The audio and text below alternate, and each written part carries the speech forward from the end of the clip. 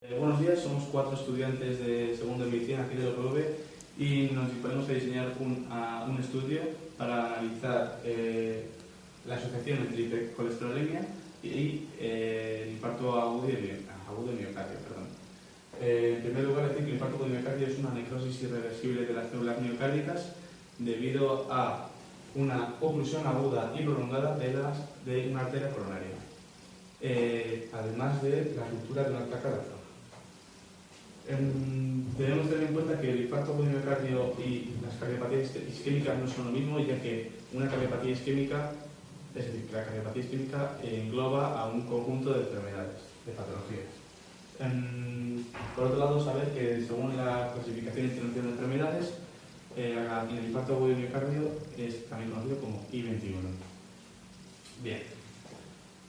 Aquí tenemos un estudio epidemiológico realizado por los Arquidecha en el año 2014, en el cual vemos que el 49% de los casos ingresados por cardiopatía isquémicas fueron debido a aterosclerosis coronarias, mientras que el 34% debido a infartos agudos de miocardio. Por otro lado, vemos que de cada 100.000 casos, cada 100.000 ingresos, los 87,48 fueron debido a infartos agudos de miocardio, teniendo mayor incidencia en hombres que en mujeres.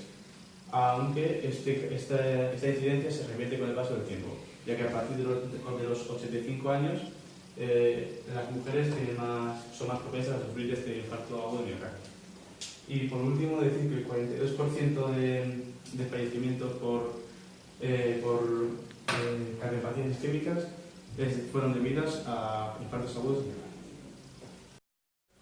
A continuación veremos los criterios de definición de caso. En los criterios de diagnóstico del infarto agudo de miocardio consiste en la detección de aumento o disminución de los valores de biomarcadores cardíacos, acompañados al menos uno de los siguientes.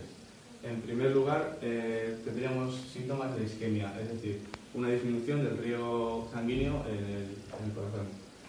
También puede deberse al cambio en los segmentos ST o un bloqueo de rama izquierda. En tercer lugar, tendremos la presencia de ondas Q patológicas en el electrocardiograma. También puede deberse debido a anomalías regionales en el movimiento de la pared del miocardio y, por último, debido a un trombo intracoronario que apreciaremos gracias a una autopsia o a una angiografía.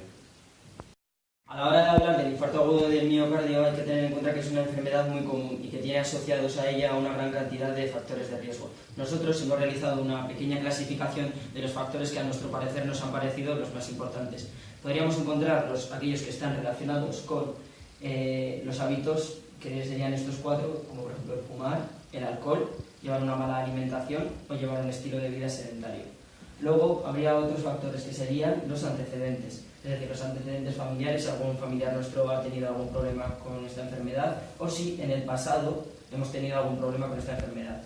Por otro lado, también tenemos una serie de enfermedades o desórdenes en el cuerpo humano que también nos pueden provocar que tengamos esta enfermedad, como son la hipertensión, la diabetes, el hecho de padecer sobrepeso, el estrés y la hipercolesterolemia, que como ya os hemos señalado, nos centraremos en ella a lo largo de nuestro trabajo.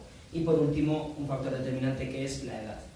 Por otro lado, también tenemos aquí los factores de protección, que en definitiva se basan en evitar los factores de riesgo, así como llevar una buena dieta y hacer deporte.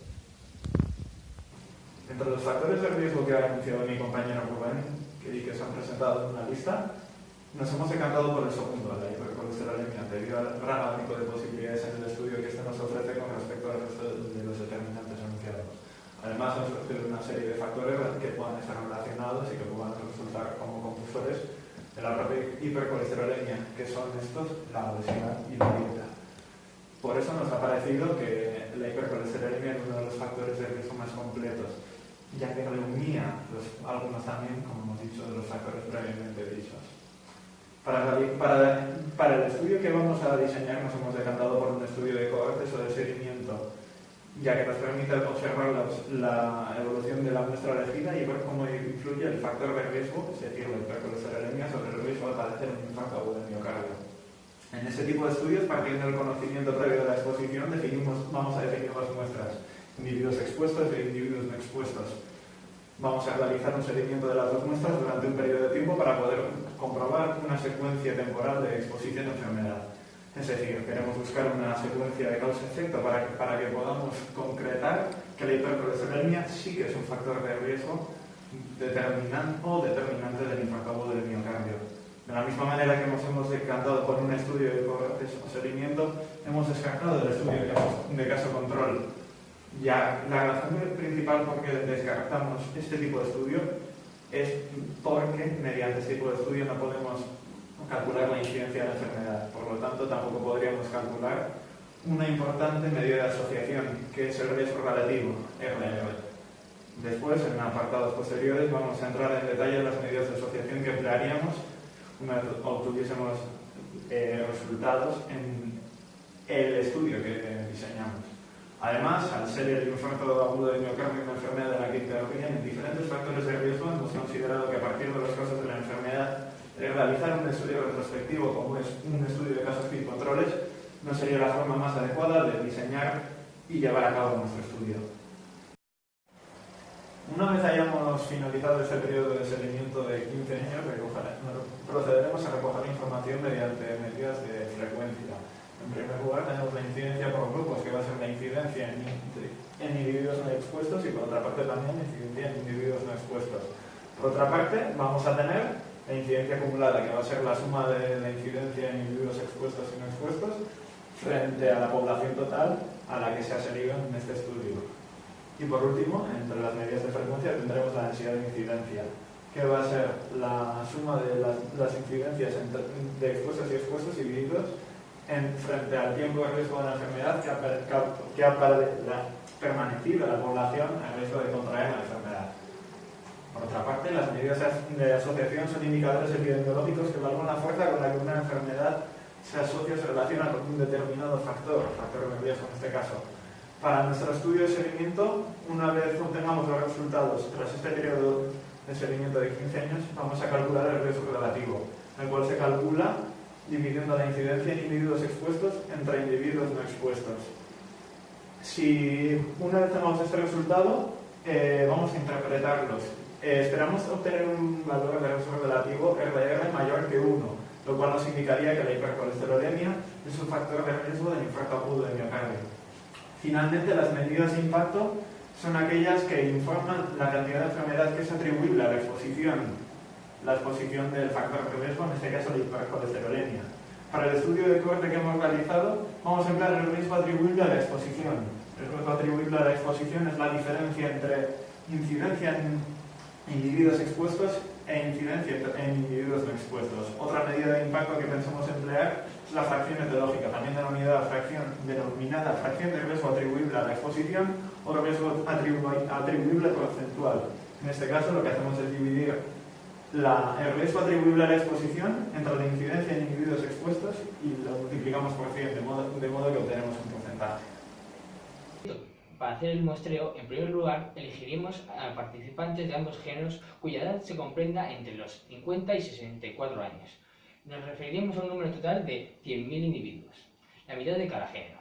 A cada grupo de género también lo dividiremos en expuestos y no expuestos. De esta manera tendremos 50.000 individuos expuestos con hipercolesterolemia y 50.000 individuos no expuestos. El tiempo de seguimiento va a ser de 15 años. En este periodo de tiempo tendremos en cuenta que los integrantes de cada una de nuestras muestras pueden pasar de un grupo a otro. Es decir, una persona que no tenga hipercolesterolemia puede pasar a tenerla, por lo que pasaría de un grupo al grupo de los expuestos y viceversa.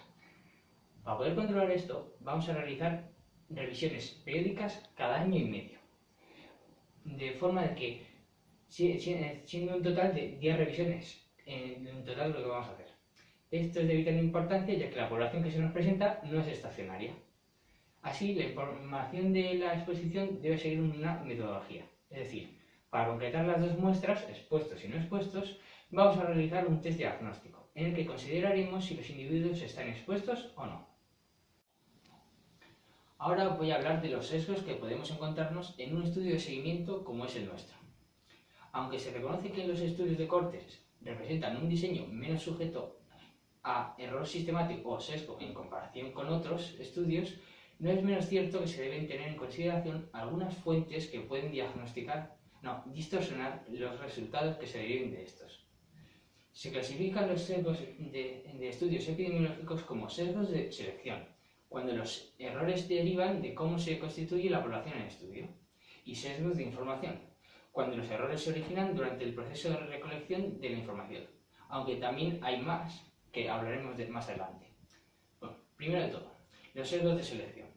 Los sesgos de selección en un seguimiento tienen que ver tanto con la validez interna como con la validez externa, o extrapolarización de los resultados que se obtengan.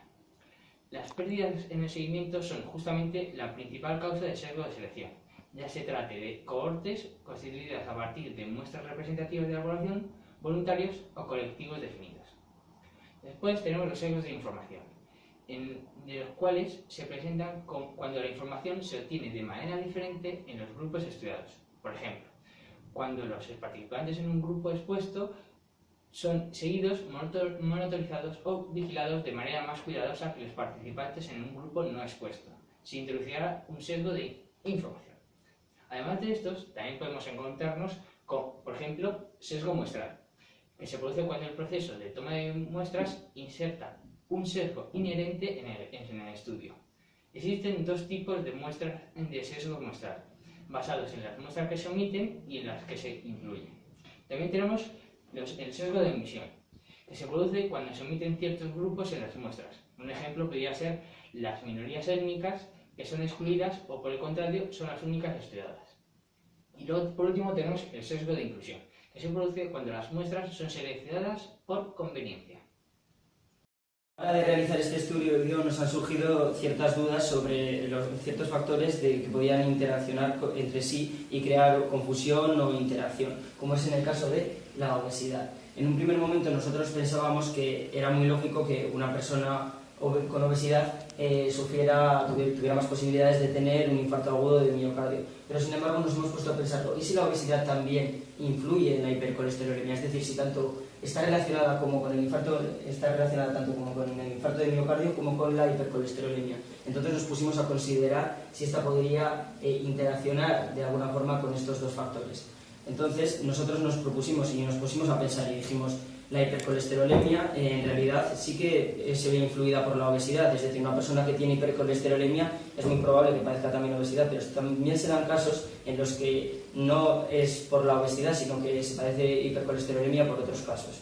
Por lo que nosotros, con los resultados ya obtenidos, nos plantearíamos una estratificación para saber si de verdad existe una interacción entre estos dos factores. Y también, una vez con los resultados, nos dedicaríamos a interpretarlo, realizar una serie de cálculos que sería el odds ratio, y mediante estos cálculos nosotros podríamos saber más o menos el porcentaje de enfermos que hay con respecto a los que no están enfermos, y así poder realizar unas mediciones y saber si hay diferencias entre padecer obesidad y no padecerla con el infarto agudo de miocardio y con la hipercolesterolemia.